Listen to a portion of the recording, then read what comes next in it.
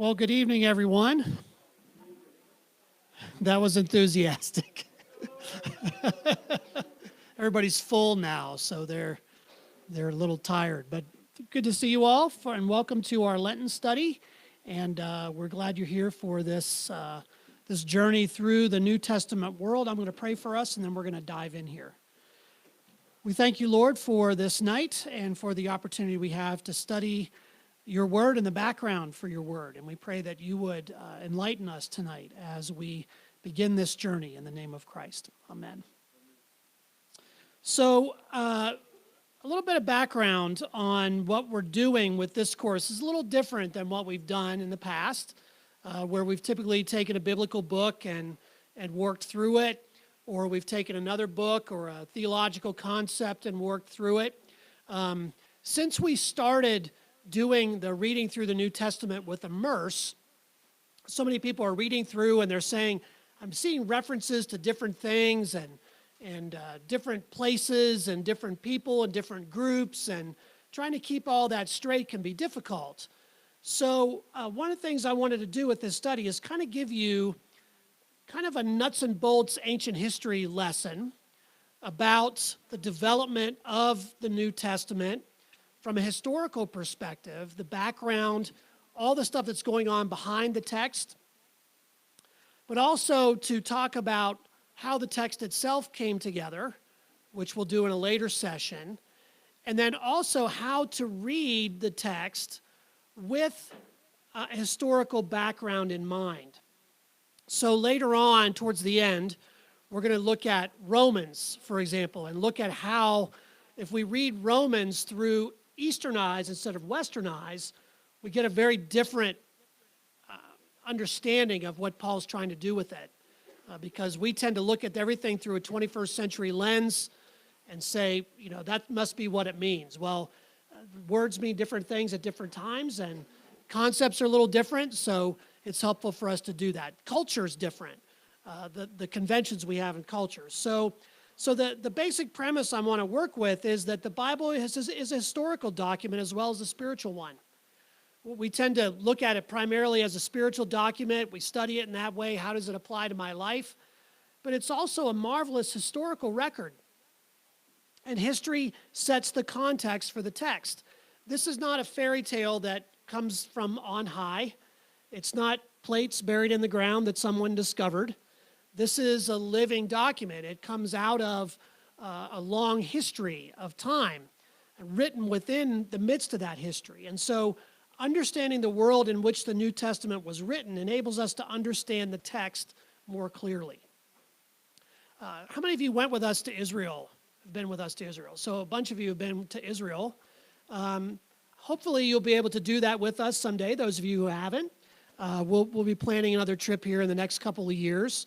But if you've been there, you know it changes your perspective when you read the Bible. You read the text differently than you would have had you not been there. So when it refers to a particular place, you know what that looks like. You've walked that hill. You've smelled those smells. You've seen that place. The same, I think, is true for historical context. It's not quite the same, but at least you can kind of say, okay, this is the part of world history where this is intersecting. Because the Bible happens within human history. And in that sense, it's really a necessary thing for us to study. We don't often get historical background. We never talked about historical background when I was growing up. We never really looked at that part of the Bible. We kind of assumed it, but we didn't really look at it. So I want to make sure that you have some background so that when you get to this, as you're reading, you can say, okay, now I kind of understand where these things are connecting. Now, for those of you who are watching us online, because we're live streaming, and this will be recorded as well, all the sessions will be recorded and up on our website under tlumc.org/Lent study, right, Sam? And the slides, all the slides are there. So, and in fact, the first 3 weeks of slides are already uploaded. So if you want to take notes and download the slides in advance, you can certainly do that. Bring them with you. You can take notes on them, or you can look at them at your leisure. The thing that I've passed out to you is a timeline. That is also up on the Lent Study website at tlumc.org. But this is a handy thing to keep in your Bible. A timeline, historical timeline of the Scriptures from about the Babylonian period forward. That's the focus we're going to take with this course. We're not going back into Old Testament history. We're kind of starting with the exile, which takes us to the prophets, all of that part of the Old Testament. But what we want to do is look forward, and especially tonight, look at what happens in between the Old and the New Testaments. Because there's a lot of stuff that happens in between that if we don't understand that, it's harder for us to know how the New Testament evolves, but also what some of the history it refers to and some of the things that are in the background as we go forward. So if you know your Old Testament, we studied Daniel last summer. And that is a story that emerges from the exile. Daniel and his friends taken off to Babylon, where they are in exile for 70 years. The Babylonian Empire, though, in Daniel's lifetime, is taken over by the Persians under Cyrus the Great. This is the period of Nehemiah and Ezra. The exiles are allowed to return. Many of them do. A lot of them don't. They're comfortable in Babylon, so they stay there. But that exile is what we call the diaspora. So at that point, it's the scattering of the Jews from Israel. It's at this point you begin to see Jews sort of migrating to different parts of the Mediterranean world, which is going to really be important for what comes later, which is the ministry of Paul. Because when he travels around the ancient world, where does he go? He goes to synagogues, these communities of Jews in all of these different places around the Mediterranean world. So the exiles return, and they rebuild the temple, sort of. It's much smaller. People, when they first saw it, the scripture says they wept over it because it wasn't the same grandeur as Solomon's temple. So they're back in the land, but they're still under foreign domination. And they undergo a succession of rulers, some of whom are gracious, some of whom are oppressors. So the Persians were widely known, at least in terms of Israel, to allow different countries to maintain their gods, maintain their practices, so long as they paid tribute to the Persians. When you think about it, that's good business, right? You don't want to impose your stuff on people, because what do they tend to do? Especially the Jews, who are fiercely monotheistic. What are they going to do? They're going to revolt. So the Persians allow them to kind of keep on keeping on for a period of time. But then you get to the 4th century BC, and the Greeks and Persians are having a series of wars, Peloponnesian Wars, all of those things are happening. And finally, in about the 4th century BC, a new ruler arises, Alexander, son of Philip of Macedon. Where's Macedon? Let's see.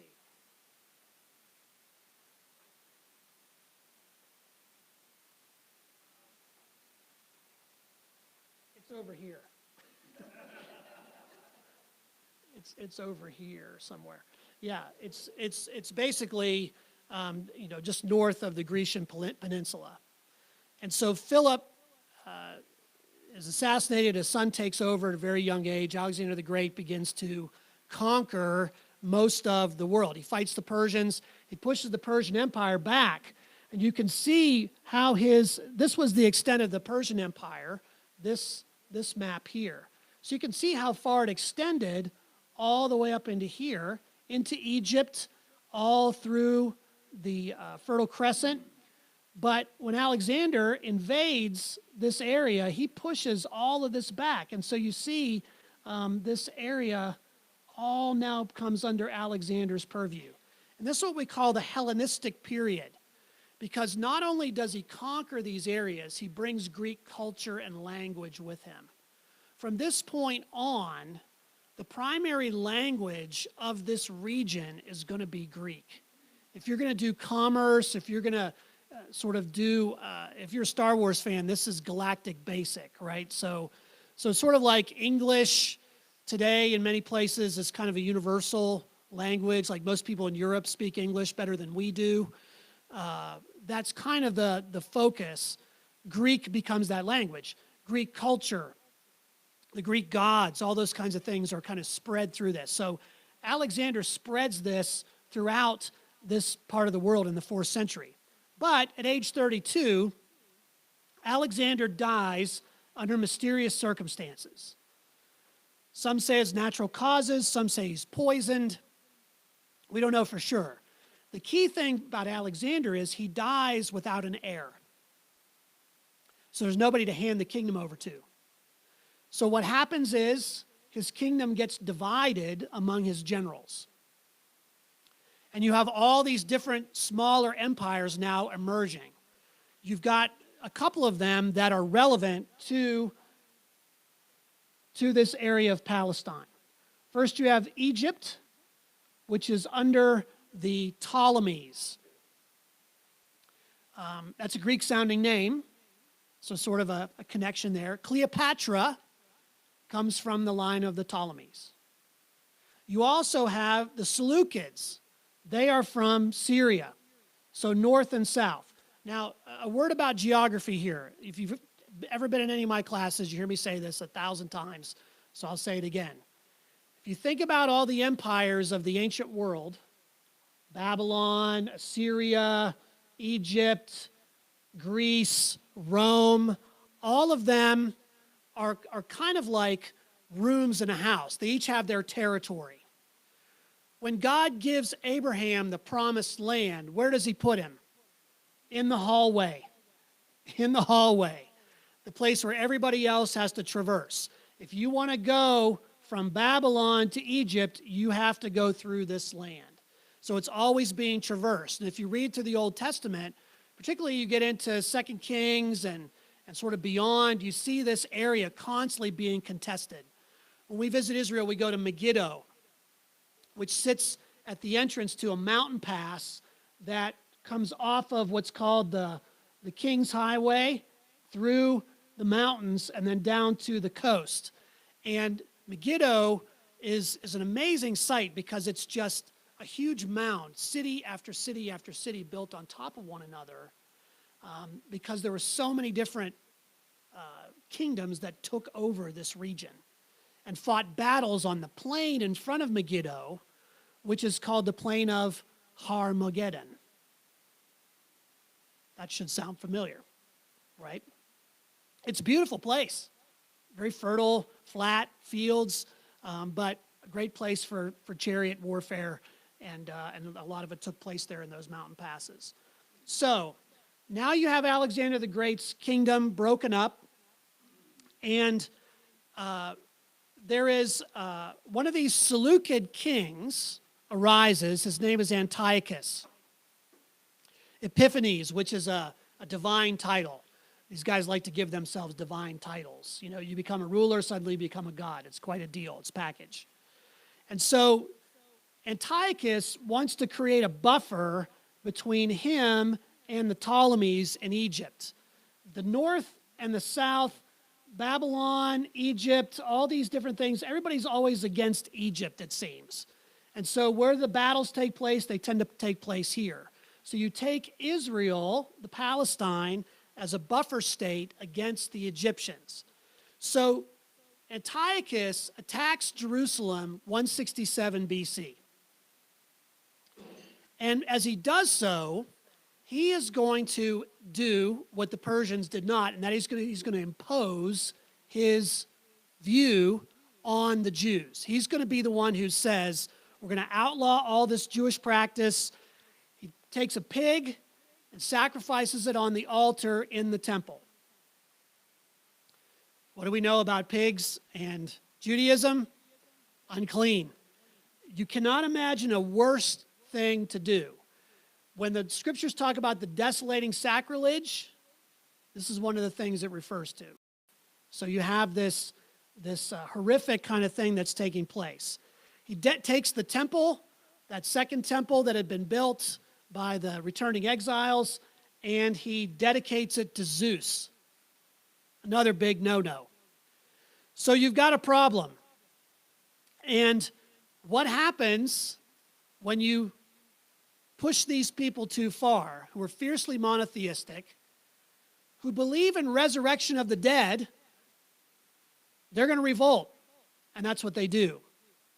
And so a Jew named Mattathias, during one of these festivals where there's an idol there set up in the temple, he steps forward in the midst of one of these festivals, and he kills a Jew who had Hellenized. So a lot of the Jews said, well, we'll go along to get along. They became more Greek than Jewish. They were ethnically Jewish, but they decided to kind of go along. And nobody likes a Tory, right? If you study the American Revolution, nobody wanted to be a Tory. And so what happens, one of these revolutionaries kills this person. Mattathias kills him. And then Mattathias and his 5 sons flee into the Judean wilderness, and they gather a rebel army. This is so Star Wars-y. It's awesome. And this rebel army wages a guerrilla war against the Seleucids and their Jewish collaborators, and they become known as the Maccabees, which is the word for hammer. So they're very good at this. The current IDF in Israel is the long legacy of these folks, right? You do not want to get into a street fight with Israelis. You just don't want to do that. And so they wage this guerrilla war. It's an insurgency. And eventually, they're so good at it that Antiochus has to withdraw because it's not worth him trying to hold on to this land. Eventually, he loses his kingdom, so forth and so on. But this is where the festival of Hanukkah comes into play. So they retake the temple. The lampstand there is in the temple, but there's only enough oil for one day. But the oil lasts for 8 days. So that's where Hanukkah comes from. It commemorates from this period, the Maccabean revolt. And if you look at the Apocrypha, in a lot of Bibles, you'll notice that there's a center section of books that are known as the Apocrypha.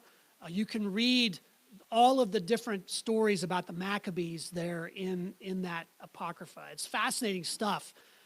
There's a story I referenced in the sermon, I think it was during the Daniel series, about a woman who has 7 sons who are captured by Antiochus's forces, and they're going to be tortured to death, and yet they go willingly because each one steps up and says, you can do whatever you want to us, but we know God's going to give us our bodies back and we're going to be raised from the dead. So that's a pretty fierce. What do you do with people like that? You can't really defeat them. And so they eventually have this period of self-rule. There's a dynasty that emerges out of this called the Hasmoneans. And I didn't bring it downstairs. I should have. Remind me, I'll go get it next week. But I have one of these coins that was minted during this period. It's a half penny. It's known as a mite. This is probably the kind of coin that the widow dropped in the temple treasury. It's very small. It's practically worthless in that period of time, but it cost me $45.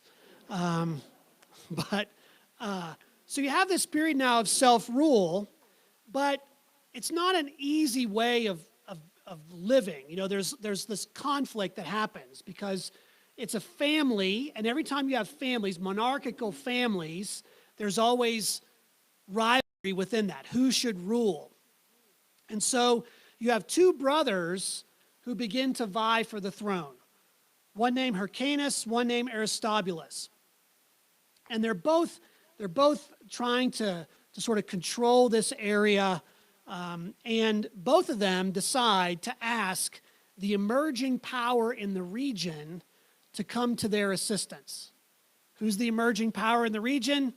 It is Rome.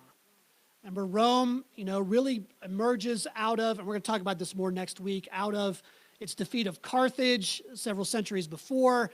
It grows, and now it has become sort of an emerging empire.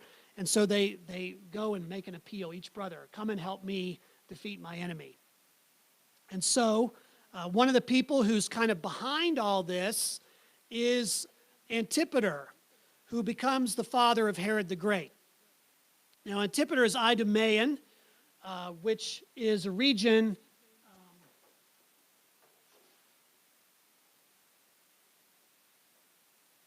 this is kind of the Idumean region down here. But he is kind of the power behind the throne with all this is going on. Where there's conflict, some people see opportunity. Antipater is the quintessential operator, political operator. He knows who to back, when to back them, how to make sure that he moves things behind the scenes to get them done. And so when that happens, the Romans come in, and it's an advantage then for Antipater. So that brings us to Pompey.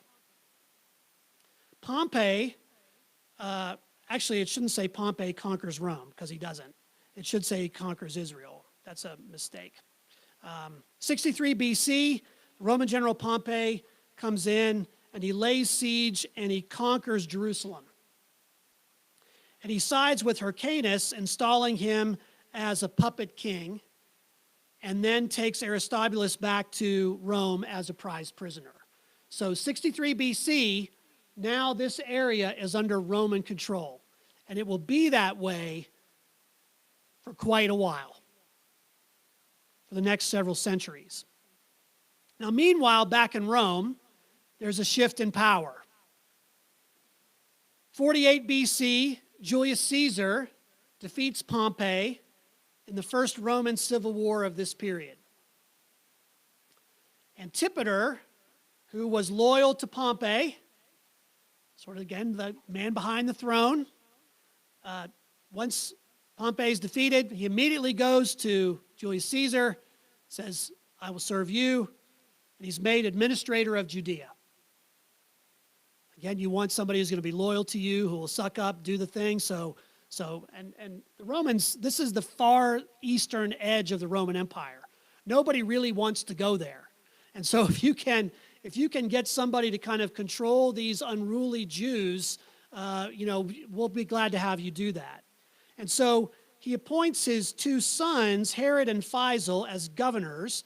Herod is given the north, the Galilee region, which is up here, and Faisal gets the southern area.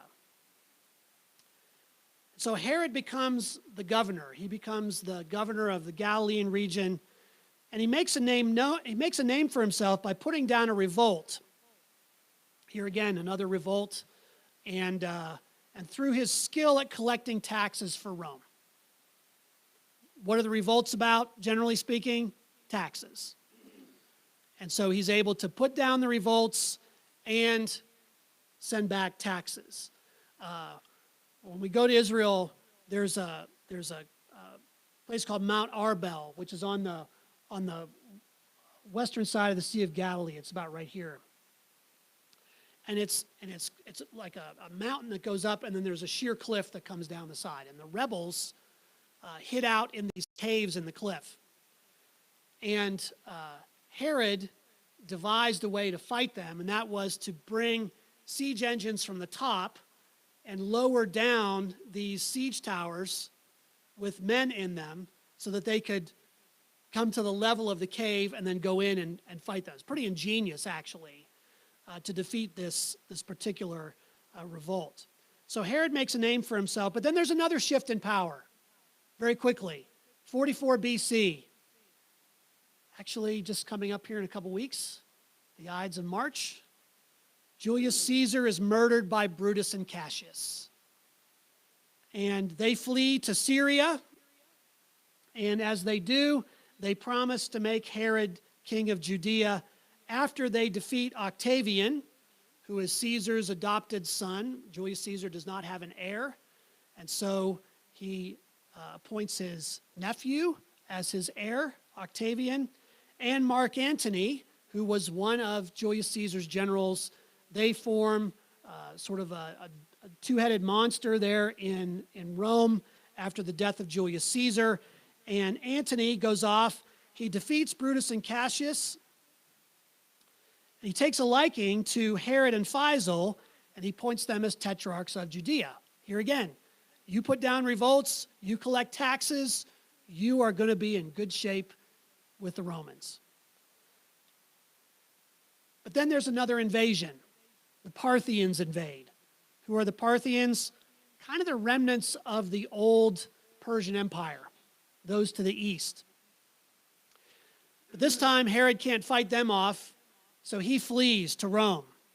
Faisal commits suicide in the midst of that, and after he flees to Rome, Octavian and Antony declare Herod to be king of Judea. And they send him back, and he recaptures Judea in 37 BC. And at that point, then, he also marries a Hasmonean princess. Remember, this is the old royal family. This is a way of legitimizing his rule. The princess is named Mary Amne, and he legitimizes his reign by doing that. So he's got the backing of Rome. He's really kind of a puppet king, and yet he has a lot of free play in this area. And he claims to have the throne because he's got that royal blood from the Hasmoneans now in his own household and the influence of his father. But then again, there's another Roman civil war. Antony and Octavian go to war with each other. Now remember, Antony is Herod's patron. So Herod wants Antony to win. But Antony does not win. He allies himself with who? Cleopatra. Egypt, one of those Ptolemies. Becomes her lover.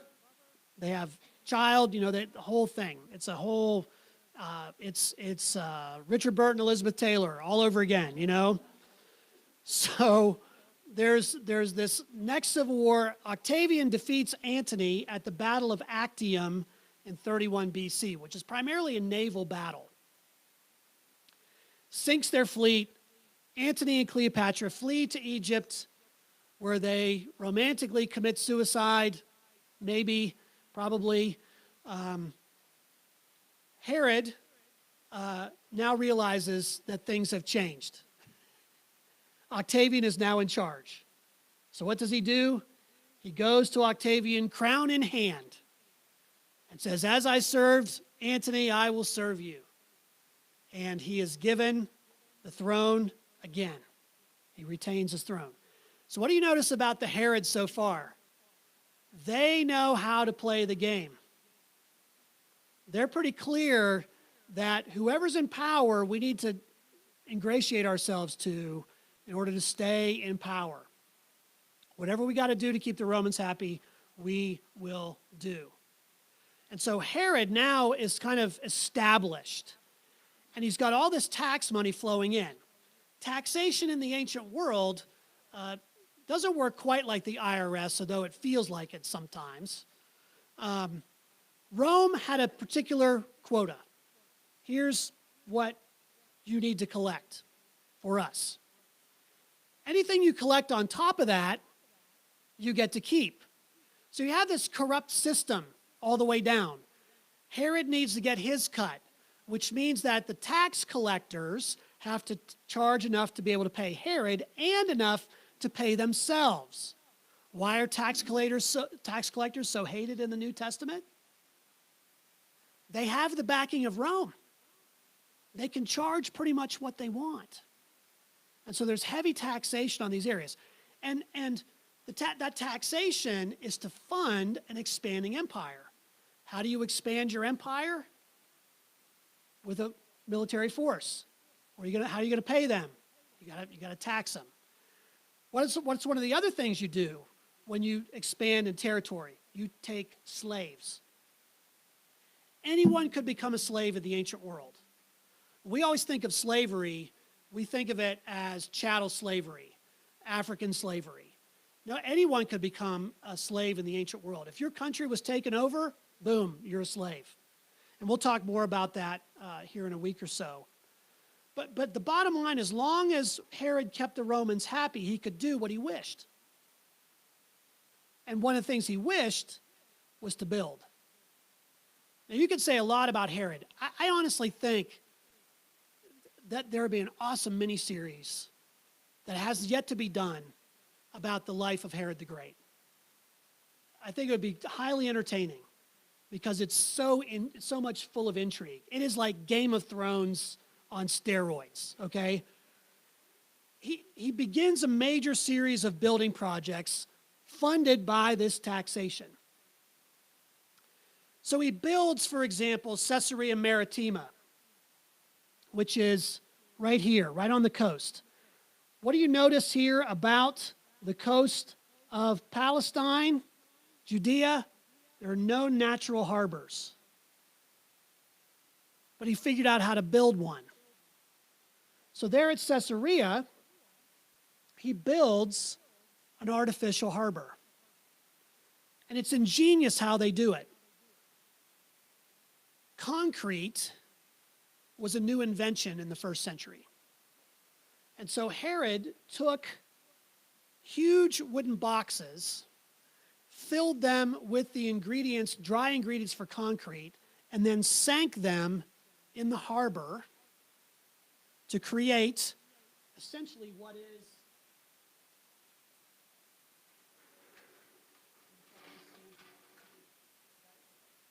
so this is the coastline.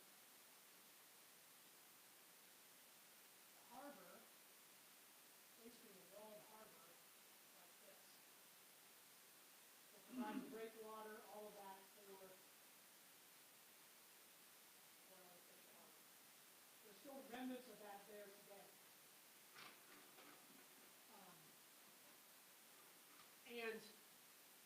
And he names it after Caesar, Caesarea. Now, who is Caesar at this point? Octavian. Remember, he defeats Antony, but he changes his name to Augustus.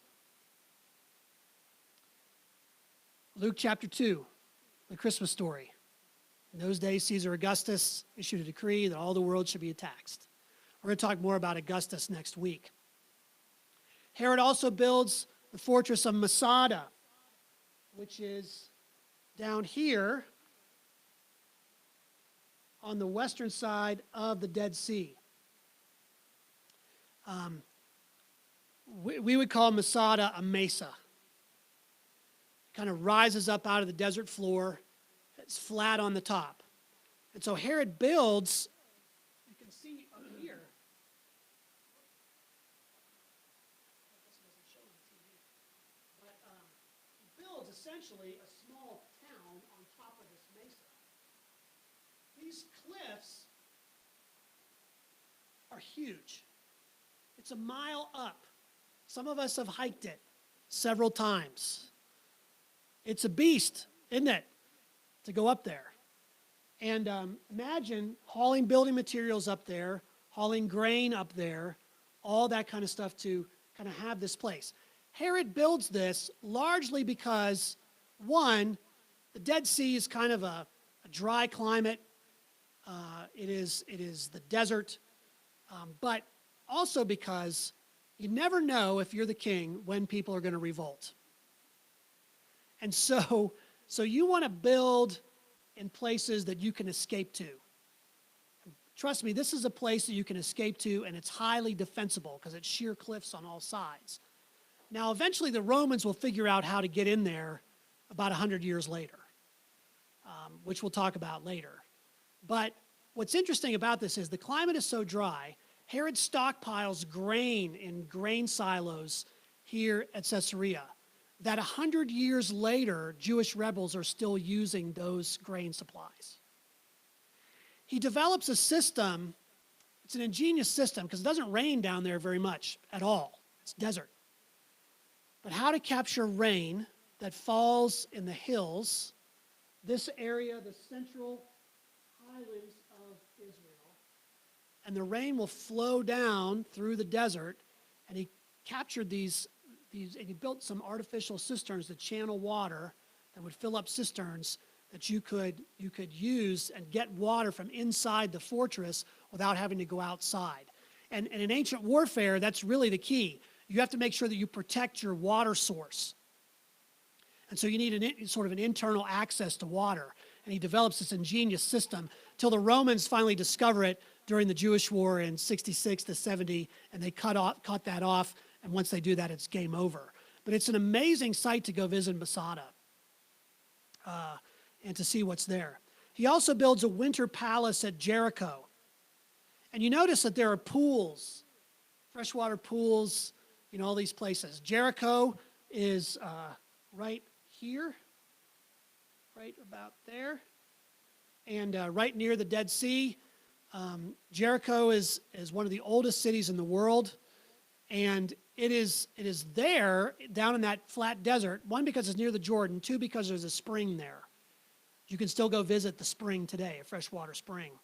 So it's a very fertile area. It's a great fruit growing area even today. They have amazing dates that come out of Jericho. There at Jericho, he builds this sort of winter palace. So when it's cold up in the highlands, you go down to Jericho. Jericho's below sea level. The Dead Sea is below sea level, 1,300 feet below sea level. When you take the road from Jerusalem down to Jericho, you actually pass sea level about half the way down. So when Jesus tells the parable, you read Luke, right, in Luke chapter 10 about the Good Samaritan. A man was on his way from Jerusalem to Jericho. He went down to Jericho. You go down to Jericho.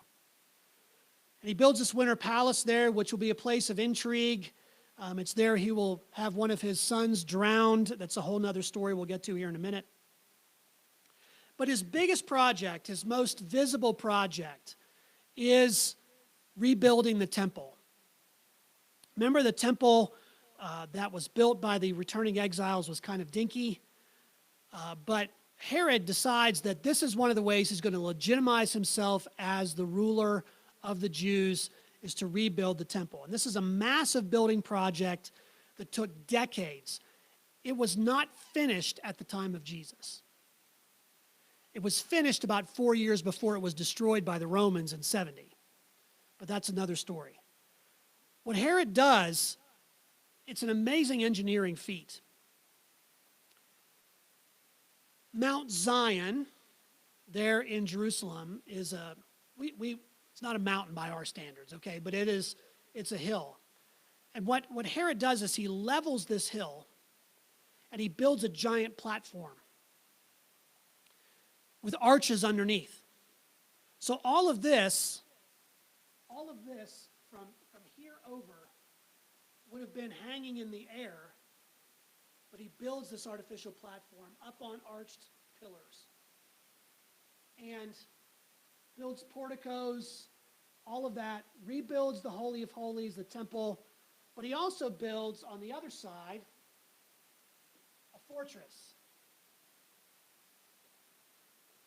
Why a fortress? Good place to keep Roman troops, to keep an eye on these Jews who he knew would revolt against him at any moment they would be given. He names the fortress the Antonia Fortress, names it after Mark Antony. Fascinating stuff. Today, when you go to Jerusalem, you still walk on this platform. You can still walk up these steps. They've been excavated. These are the steps that Jesus himself would have walked when he walked into the temple. It's pretty amazing. The stones, some of them are more than 80 tons. They're cut absolutely perfectly square and with beveled edges. And they're set back, every row of stones is set back a half an inch. Why? Because you can't have a sheer wall.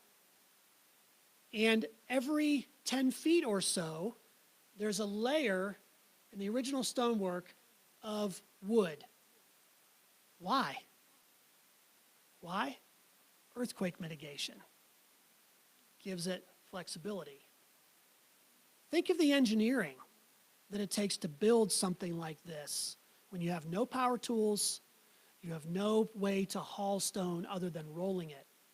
So quarrying stone of that size and transporting it, first of all, how do you quarry? How do you cut stones that big?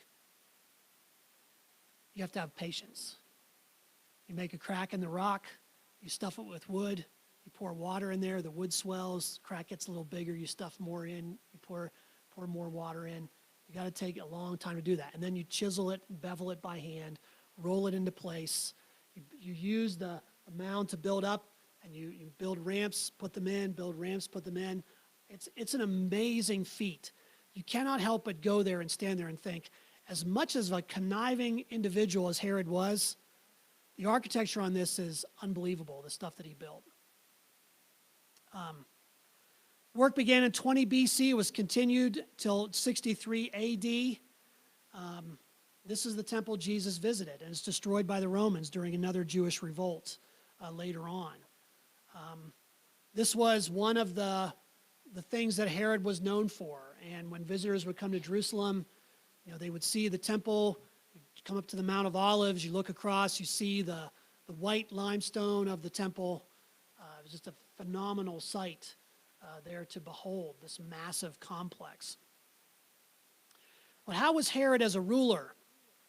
Well, remember, he's Idumean, he's not really Jewish. And he acts more like a Roman. He probably dresses more like a Roman, vacations like a Roman, eats like a Roman, all of that.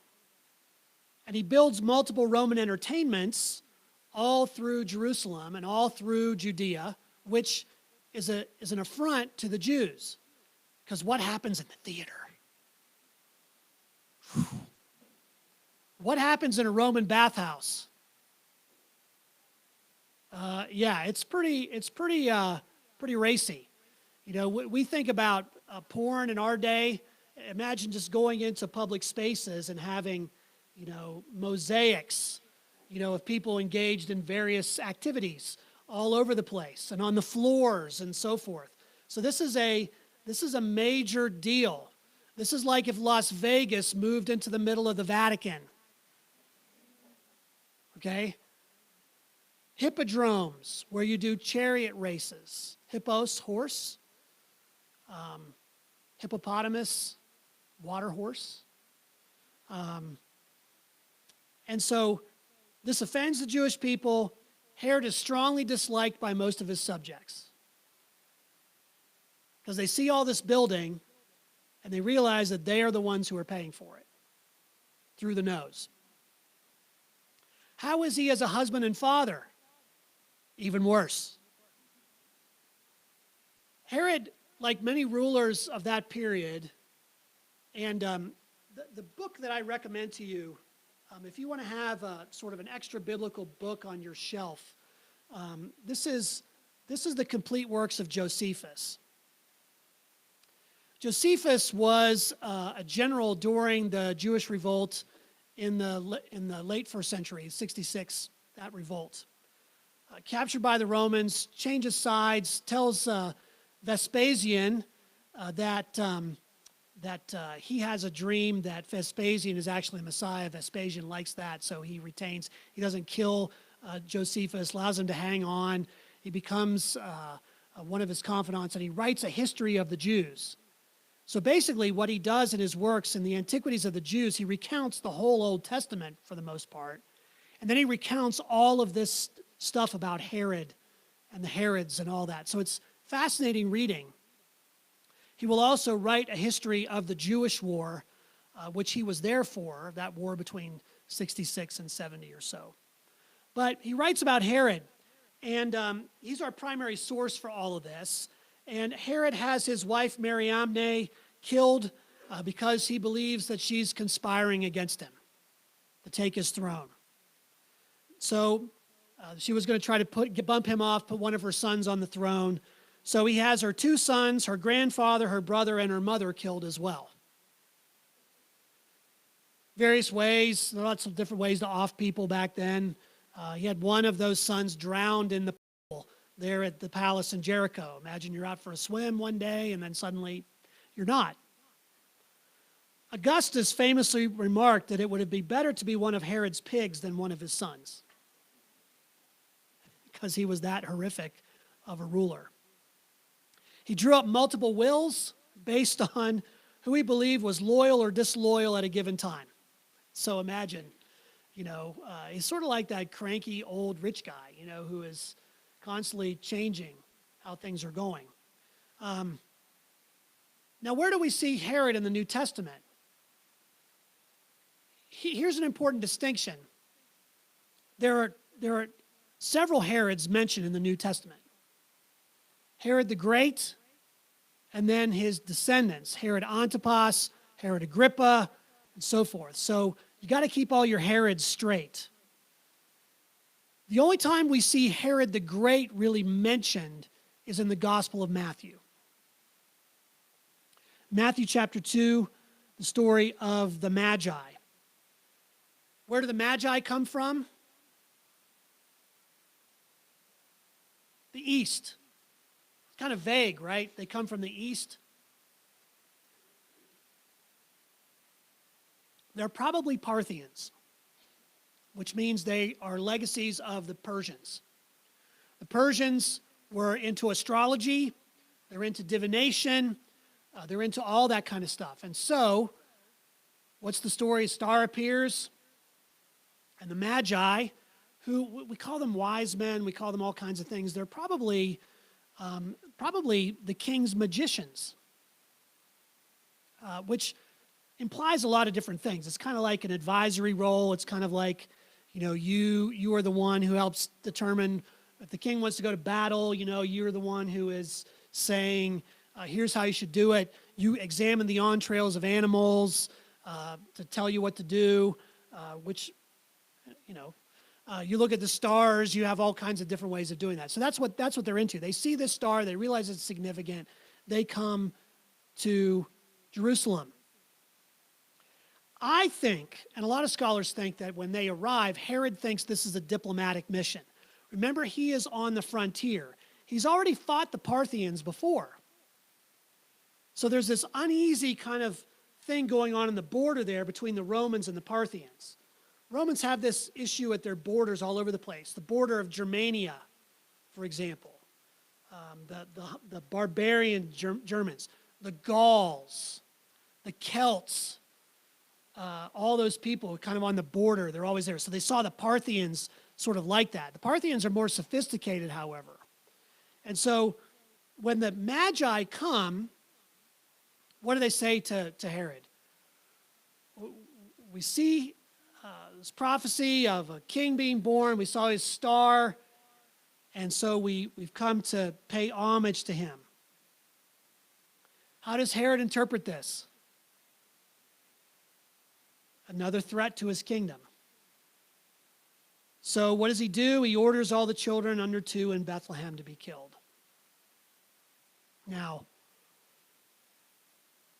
there's no other source for this taking place outside of Matthew. However, is this in line with Herod's character that you've learned about so far? Absolutely. If it happened in a small town in the middle of nowhere that no one really thought much about, would it make the major newspapers in first century Judea? No. But it's certainly within Herod's character. Yes?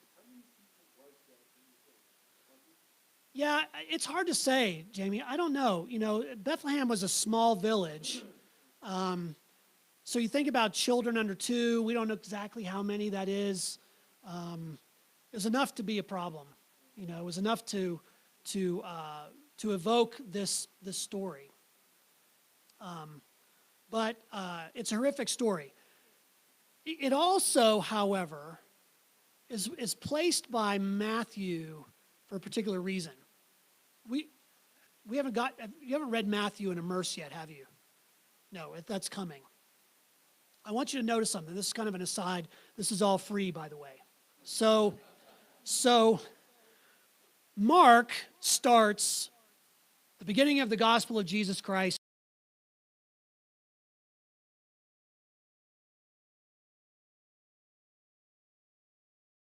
Augustus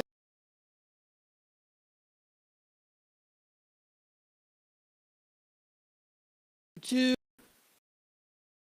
all of that, the stuff we normally read at Christmas. We don't always read the Matthew version, which is about a boy who was born, who was a threat to the king, who ordered.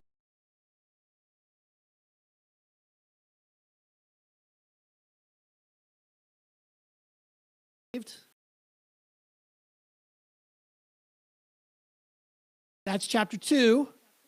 Chapter 3, they've come back. And then immediately after that, what happens? Chapter 4, he goes into the wilderness for 40 days and 40 nights. Is there an echo of a story here? An Old Testament story? It's the Moses story. Matthew's audience is Jewish, primarily. You can tell from a lot of different ways. Oh, and by the way, what happens in chapter 5?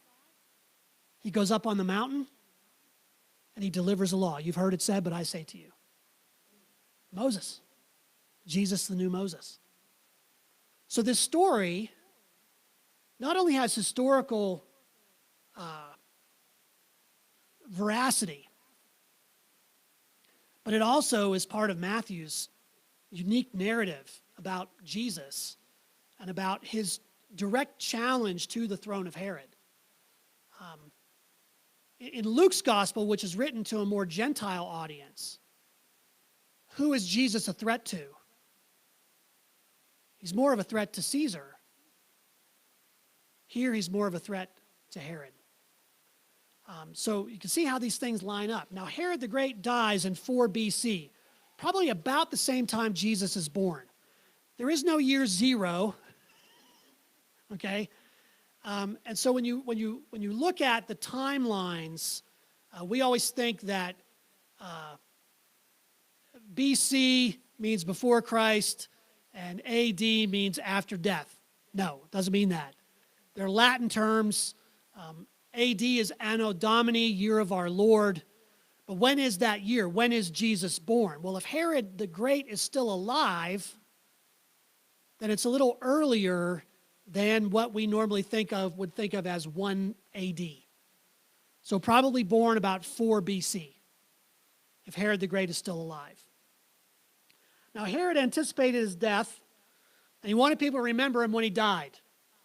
So he builds a massive tomb in anticipation of his death. Not only a tomb, but also kind of a living complex there. This is outside of Bethlehem.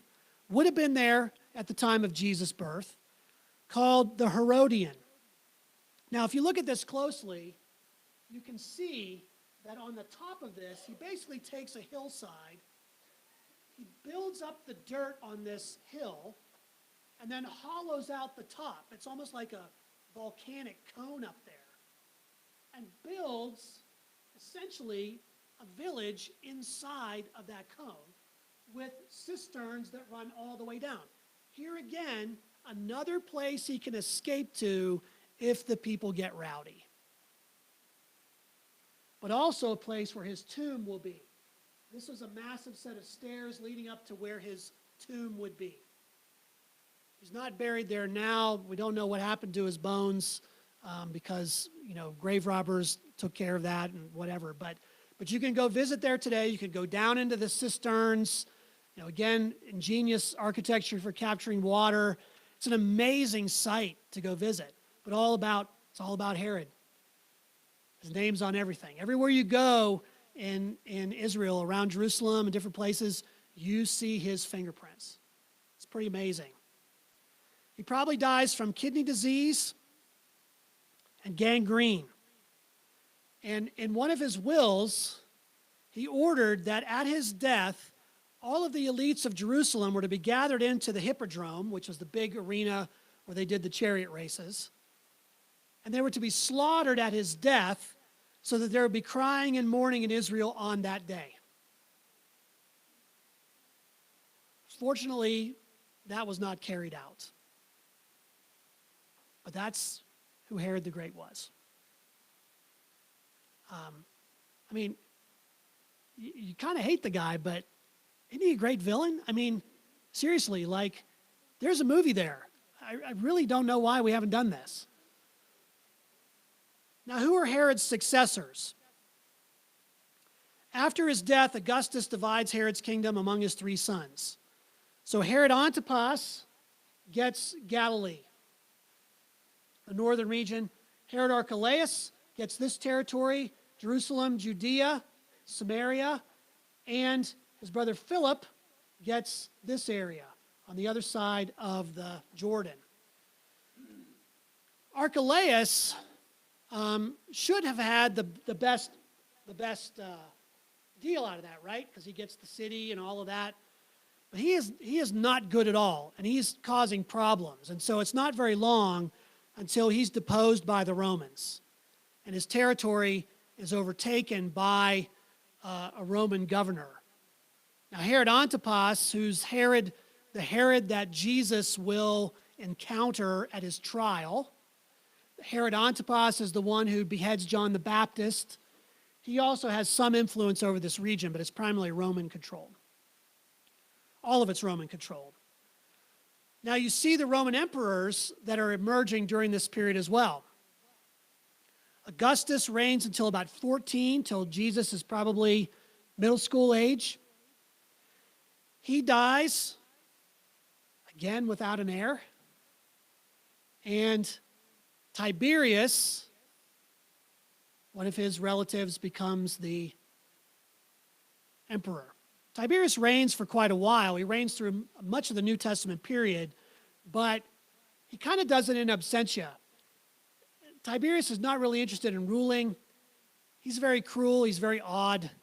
And so he kind of puts himself in self-exile out on the island of Capri, out in the Mediterranean, and kind of rules from afar. I don't know if you saw the movie Risen.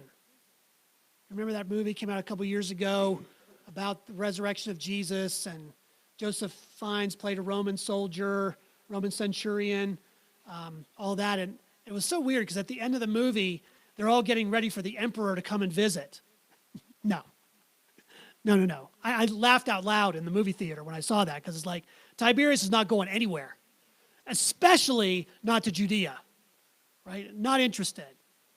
So most of these emperors, they don't come to this place. Now, Vespasian, Titus, later on, they're part of the siege of Jerusalem, but all these earlier emperors don't ever come there. They rule by governors who are there, which we'll talk about in a minute. So think about some of these famous names. You have Tiberius. There's a city that Herod Antipas built called Tiberias on the western side of the Sea of Galilee. That's where we stay in Galilee when we go there to visit. But Jesus would not have gone to Tiberias. Why? Because it was a Roman city and because it was built on top of a Jewish cemetery. So Jews did not go generally to Tiberias. That's why we never hear Jesus going to Tiberias in his ministry. He's always where? Capernaum, Bethsaida, all these places, Magdala, never to Tiberias. Caligula, that should be a famous name to you, known for his debauchery. Claudius, Claudius. Nero, we'll talk more about these next week. 69 AD, there's a year of 4 emperors in 1 year. Poisonings and assassinations, oh my. Vespasian, Titus, and then finally Domitian during the time of John the Revelator. So how are the Romans ruling this area? They're doing it with a governor. And in this case, It's a man named Pontius Pilate, who was governor of Judea from 26 to 36 AD. Now, we know that Pontius Pilate is an actual historical figure. In Caesarea, which we talked about earlier, which would have been Pilate's main headquarters, he didn't want to stay in Jerusalem. Nobody Roman really wanted to stay anywhere near Jerusalem, because why? It was full of Jews. And they would get together every year for the Passover, and things would get out of hand. Things would get crazy. So they spend most of their time in Caesarea on the coast. It's beautiful breezes, the Mediterranean, all of that. It's gorgeous, actually. Palm trees, it's wonderful. But when they excavated the theater in Caesarea several years ago, they discovered a stone that had been put in as a step. So when ancient buildings would fall apart, what do? They cannibalize other buildings that had crumbled, and they put those stones in place. Doesn't matter what's written on them. They don't care. It's like if we found stuff with graffiti on it, we just reuse it and stick it in there. I will deal with it later. What they discovered was a dedication stone. There was a dedication of a building from Pontius Pilate to the emperor. So here's a real historical figure. Josephus mentions him often. Who is this guy? We don't know a lot about him. We only know about his career, most specifically there in Judea. He's probably from Spain or Germania, one of those outlying areas that Rome had conquered, likely part of the Roman knightly class. Roman life is very stratified. We'll talk about that next week. Probably a military veteran. Most of the time, if you were a governor, you had some military background. So he gets promoted to Judea, which is a very dubious promotion. I mean, you want to go to,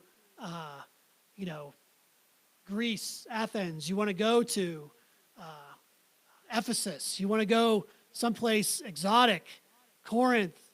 You don't want to go to Judea, because what is there? Sand and Jews. You don't want to go there, according to Roman way of thinking. And so Pilate has a history, according to Josephus, of provoking the Jewish people. And he does it in several different ways. Why is this not advancing?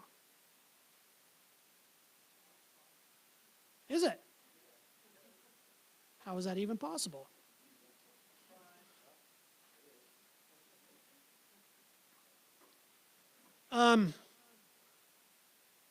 Pilate does some things like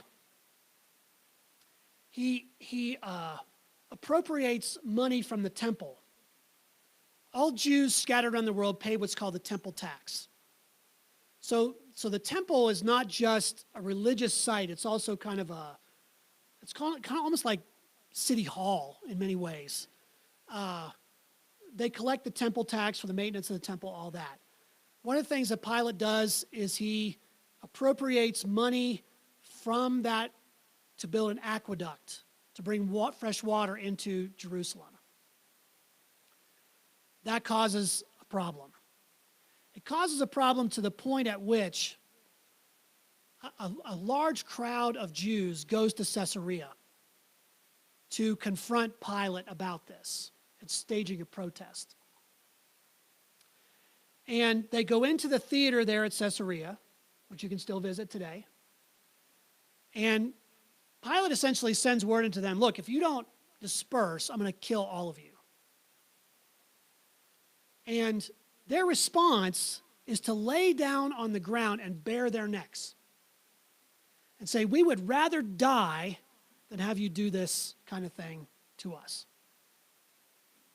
Another occasion, there is unrest over this kind of stuff going on in Jerusalem, and Pilate dresses some of his soldiers as common peasant Jews, disperses them among the crowd, and at a certain signal, they pull their swords and they start killing people there to quell the riot. This is the kind of stuff that Pontius Pilate does. So when we read about Pontius Pilate in the Gospels, and he appears in all four Gospels, he appears in the Creed. I mean, think about that. God the Father, God the Son, God the Holy Spirit, Pontius Pilate. What? Why is that? I think it's because, one, it locates this in history, and two, it locates it in opposition to empire and to Rome. Who is the real Lord? Not the Lord that Pontius Pilate represents, but rather Jesus is really Lord, crucified under Pontius Pilate. So when you look at Jesus' trial under Pontius Pilate, what do you notice? You see a guy who has rioting Jews in front of him. Oh, here we go again. First of all, why is Pontius Pilate in Jerusalem? It's Passover. Jerusalem would swell from about maybe 40,000 people to 200,000 during Passover. All the Jews coming in. It's a time for unrest, time for plotting.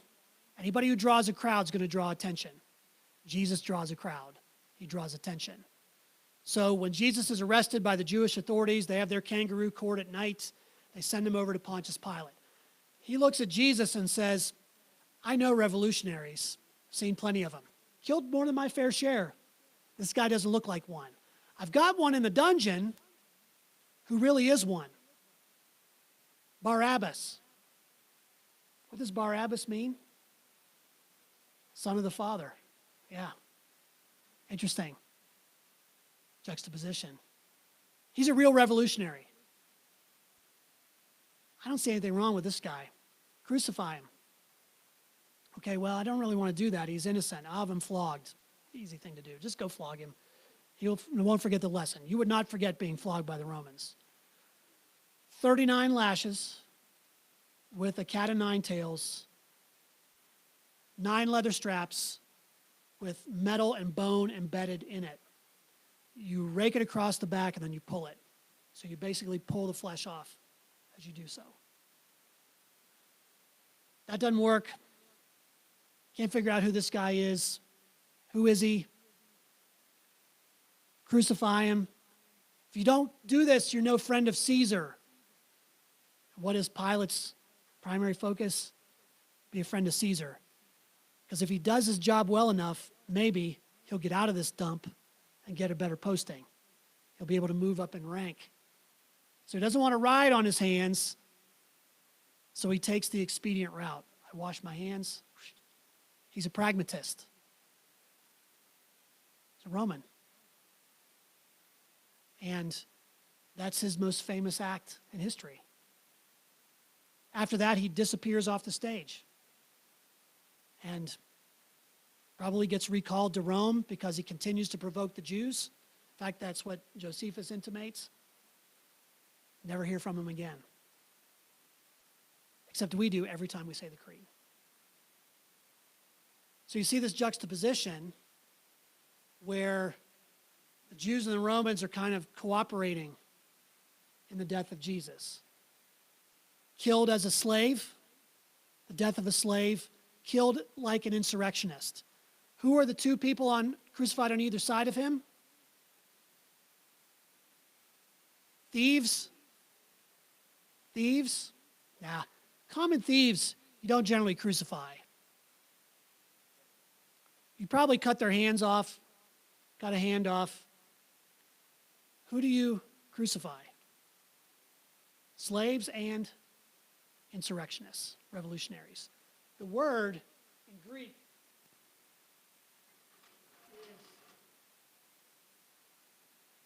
is which involves brigands, bandits, the kind of guys like the Maccabees, guerrilla warriors. Jesus probably had a couple of those kinds of guys in his team of disciples. We read about Simon the Zealot. Judas Iscariot. Some scholars look at that. There are a lot of different ways of interpreting that, but some look at that and say, Iscariot may be a derivative of Sicarii, which means daggermen. Again, guerrillas wanting to overthrow Rome. So there's this foment going on underneath all the time in Jesus' ministry of people wanting to revolt against Rome. Indeed, at the time of Jesus' childhood, in 6 AD, probably about 2 years old, probably living in Nazareth, there's a city called Sepphoris.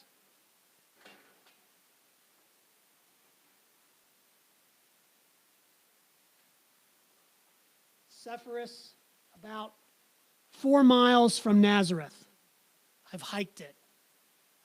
Sepphoris was sort of a Roman city. A lot of scholars believe that Joseph, Jesus' father, earthly father, was the Greek word for what the occupation was is tekton.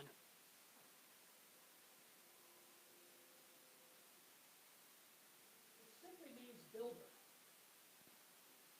contractor. We always think of Jesus as a carpenter. Could be. Very well could be. Carpenters were necessary. They made handles for tools. They made farm implements. They made a lot of different things. Tables, all those kinds of things.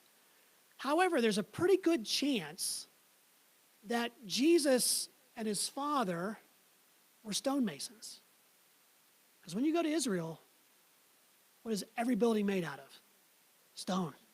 Cut stone. And Sepphoris was under construction during this period. So Joseph may have worked at Sepphoris. Now, Sepphoris is destroyed by the Romans in 6 AD because there's another tax revolt in Galilee under a man named Simon the Galilean. Sepphoris is destroyed, and that leads a lot of scholars to believe that Jesus and Joseph would walk the 4 miles to Sepphoris every day to work at rebuilding the city.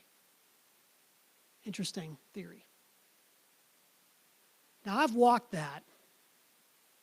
And Nazareth sits on a hill. And Sepphoris sits on a hill. So you have to hike 4 miles down and then back up again. And when my friend Chris and I hiked that, we said to ourselves, if that theory is correct, those guys were in wicked good shape. Could you imagine hauling tools and all that back and forth every day? Wow. But a possibility. Not outside the realm of possibility. People were used to walking long distances then. All of that is kind of in the background in sort of the time Jesus is born and leading into his life. Now, next week we're going to look at sort of the Roman track of all this in a little bit more detail and begin to look at life and worldview in those places. Jewish worldview, Roman worldview, because those things are really important. The background of how people thought and how they lived are very important parts to understanding this. So what was it like to be a Roman? What was it like to be a Judean? Those are the kind of things we're going to get into as we go further down into the course. So, questions at this point? Yes, Jamie.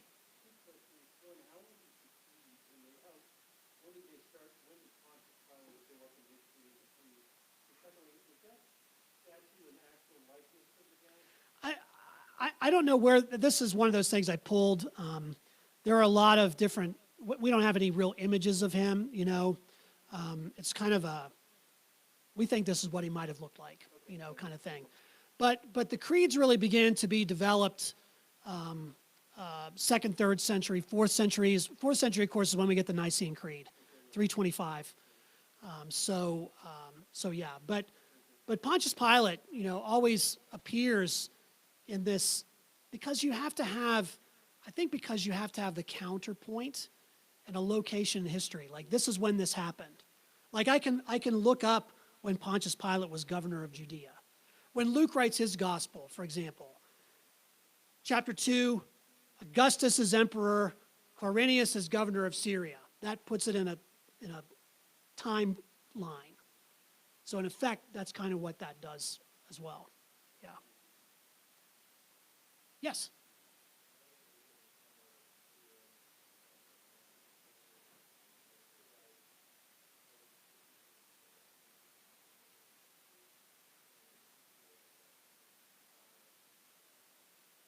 Yeah, if you take this mountain, the question was, about if you stand on Masada, if you take this mountain and throw it into the sea. Yeah, we don't have a lot of evidence that Jesus went down to that region very much, but because you can also look at Mount Arbel, for example, on the Sea of Galilee. If you stand up there, you get a very similar place, which is probably a place that Jesus went. If you went up on a high mountain, that's the highest mountain in that area.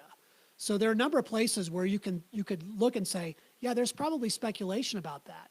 But Masada makes sense in a sense because it's like this is the downfall of that kingdom, right? So yeah, I think there are a lot of different ways to think about that. Yes?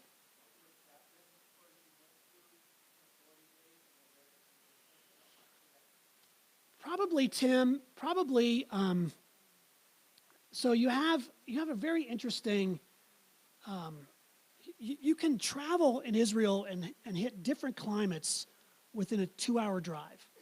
I mean, it's really crazy because you've got Galilee region is very green, very fertile, a lot of farming, all that kind of stuff up in the north. You can see the watershed up here. The coast, very fertile, very green. But the central part where Jerusalem is and all that is all mountainous. And as you go down from Jerusalem to the Dead Sea, this area down here is all desert. So when we talk about the wilderness where Jesus went, it's probably down here in this area around the Dead Sea, which may point to that theory, about saying this mountain referring to Masada. Because you can wander a lot in 40 days, right? So the other reason is when John the Baptist was doing his ministry, it mostly took place in this region as well. So it makes sense that after Jesus is baptized, chapter 3 of Matthew, he immediately goes into the wilderness, doesn't have far to go, he's already there.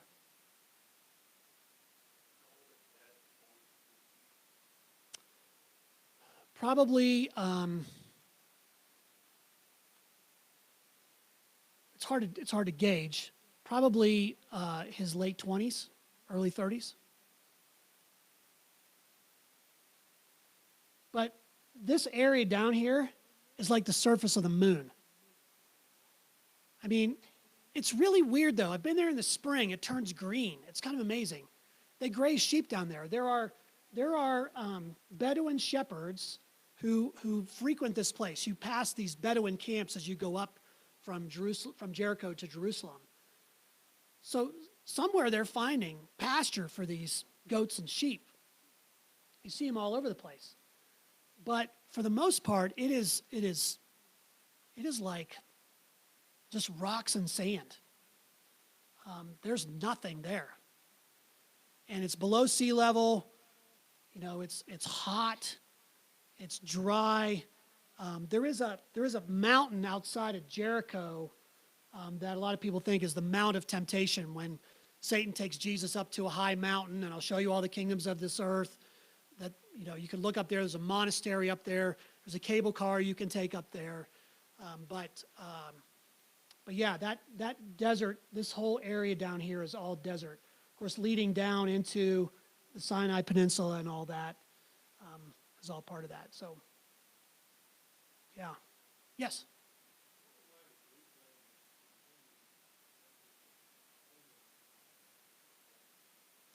Well, the Romans used it too. The Romans used Latin primarily as a legal language. It was kind of like more centered in Rome itself. But as you're capturing these people, right, you're moving into this territory. You're going to want to be able to speak a common language. So Greek is the language already that Romans and these far-flung peoples will speak. So if you're going to do commerce, if you're going to do trade, all that kind of stuff, you would just retain it. It's hard for us to imagine how ingrained that Hellenistic culture is. It's ingrained in our culture. Just go to Washington, D.C. Look at the architecture. It's Greco-Roman. That is philosophically, Plato, Aristotle, we're still being affected by those philosophers thousands of years later. And it's kind of amazing when you think about it, the influence that Hellenistic Greco-Roman culture has on the Western world. The whole idea of Roman, the Roman Republic all comes out of a Greek understanding. So it's really, people are fascinated with the Greek gods. You go to all these different places. Paul goes to Ephesus. They're worshiping Artemis. Basically what the Romans did when they captured a territory, they just adopted those gods and renamed them. So Ares becomes Mars, Zeus becomes Jupiter, all of that. Pretty amazing. Yes?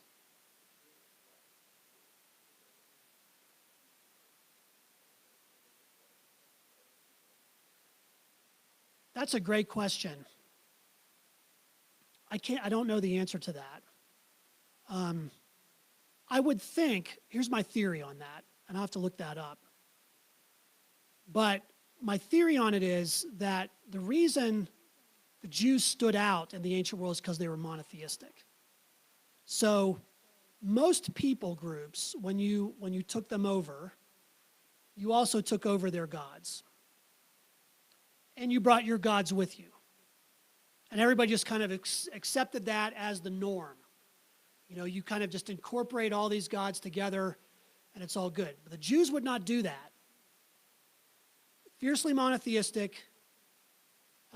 They will not allow syncretism between these foreign gods and their God. They won't allow those images to be set up in the temple.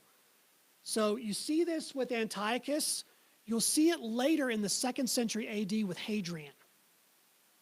There's another Jewish revolt in 135 AD called the Bar Kokhba revolt. It's really the last Jewish revolt there against the Romans. And when Hadrian and his forces conquer the city, he levels it, takes away any Jewish symbolism, and outlaws the practice of Judaism. So I think my response to that would be, I think Judaism is so different that a lot of these other conquered peoples would say, okay, no worries, we've got these gods, we'll go along to get along. The Jews wouldn't do it, and therefore he was going to force them by essentially abolishing their practices and their religion to accept what he's bringing. Does that make sense? Yeah. Yes.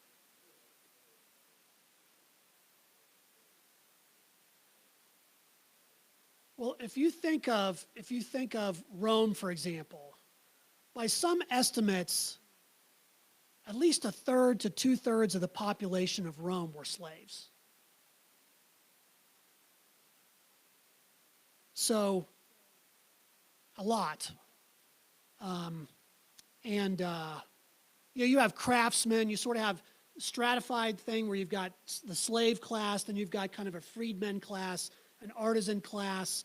So you've got a lot of different people working on this, but primarily the backbreaking labor, a lot of it would have been done by slaves. And again, you could become a slave for a lot of reasons, not just being conquered by someone, but you could go bankrupt and suddenly be sold. You could have children that you want to stay solvent. You sell your children into slavery. The Joseph story, classic example. That's Old Testament, but it's the same kind of thing. What do we do with this kid? Let's sell him. We'll get some money out of the deal. That's part of the process. So you could very easily become a slave in the ancient world. So there's a huge population of people who are working at doing that. the building of Herod's temple is not a joyous event primarily for most of the Jews in Jerusalem because, one, who's building it? Herod. Two, they know that it's not complete until God's glory rests in it again. Which, what happens to the ark? What happens to all of that? It's a symbol. It's not the Holy of Holies is still the Holy of Holies, primarily because it's built on that spot. That's why when the Muslims took it over in the period before during the Crusades, they built a mosque on top of the spot where the Holy of Holies probably stood. You don't want to, that the spot is what matters more than what's in it. It's the holy site. This is the rock upon which Abraham took Isaac to sacrifice him. It's the rock where Muhammad took his night journey to. There's this spot is more important. And so, that's why Jesus, when he goes into the temple, he overturns the tables of the temple, the money changers, all that kind of stuff. And we think, man, Jesus is throwing a hissy fit because people are selling stuff in church. No. In a larger context, what is Jesus doing? He's pronouncing judgment on this temple because it's not the focal point.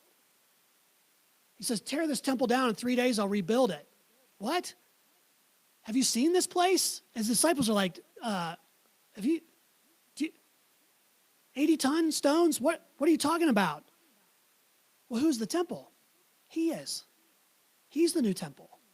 So he's doing an acted parable of judgment against the temple. He stops the temple operation for a period of time, foreshadowing the time when it's going to be stopped permanently when Rome destroys it, which we'll talk about some more in a week or so. But good stuff, yeah.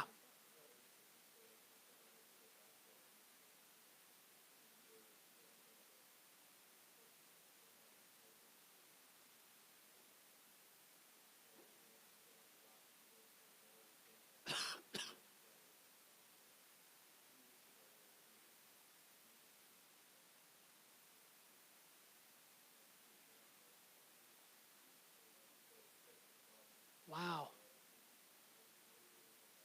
Yeah, you won't be able to go in there. Yeah, wow, that's an amazing story.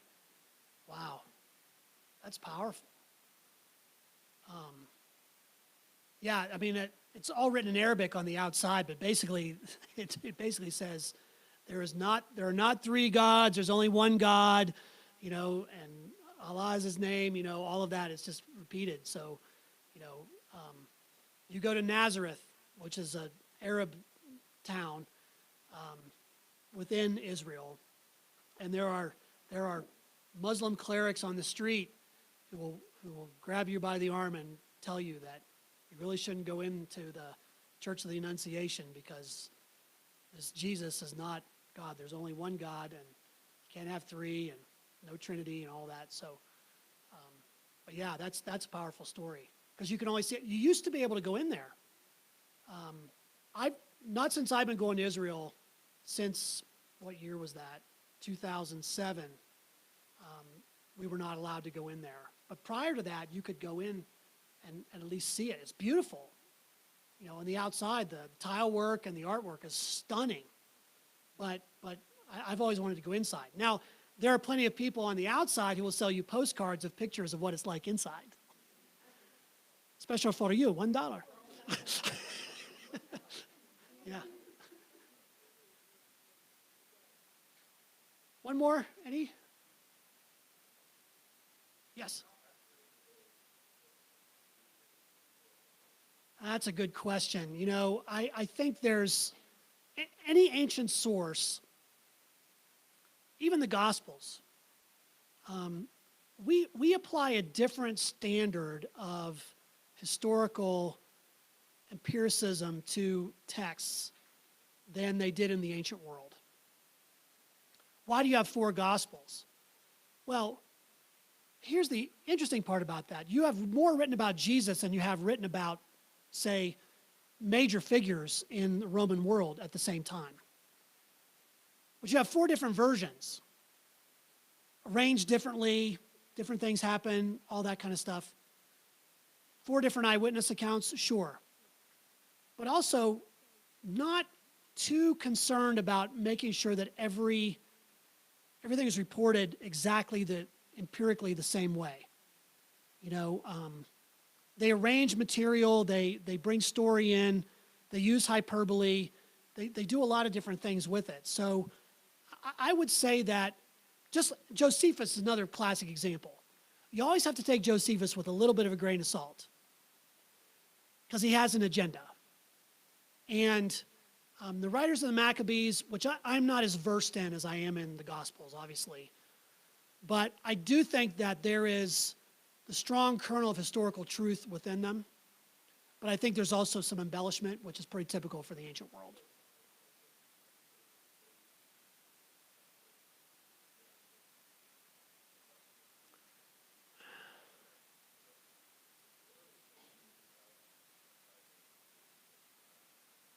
Yeah, those are the only 2 that I know. And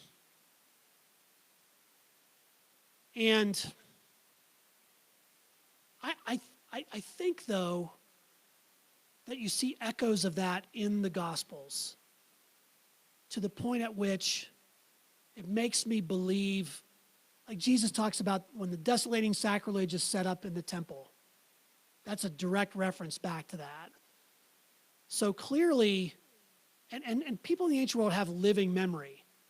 You know, it's sort of like things might have happened 200 years ago, but it's a living memory because it's passed down in that way.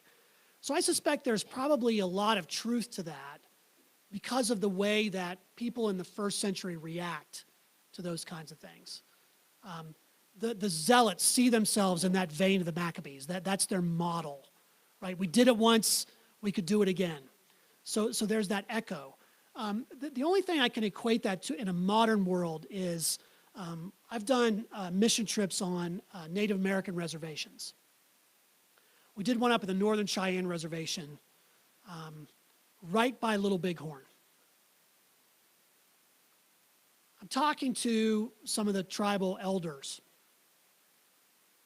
They talk about Little Bighorn and Custer as if it happened yesterday.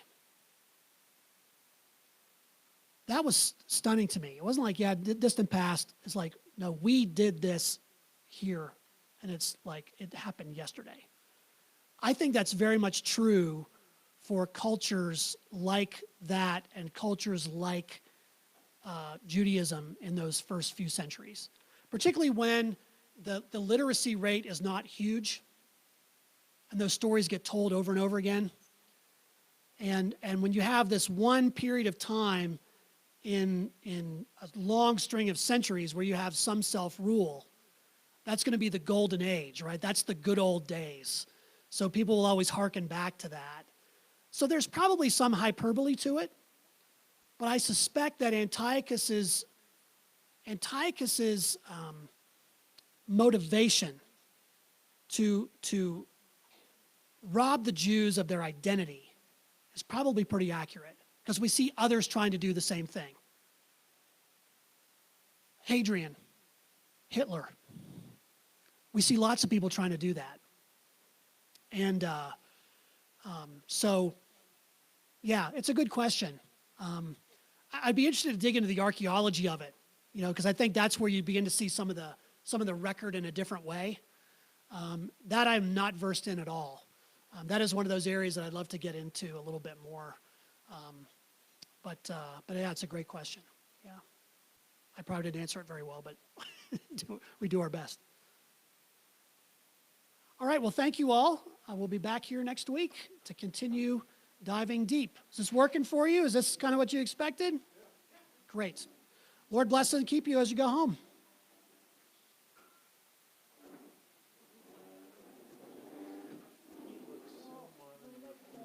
Yeah. Yeah, it's probably more. I forget where I pulled the picture from, but it's probably more of a like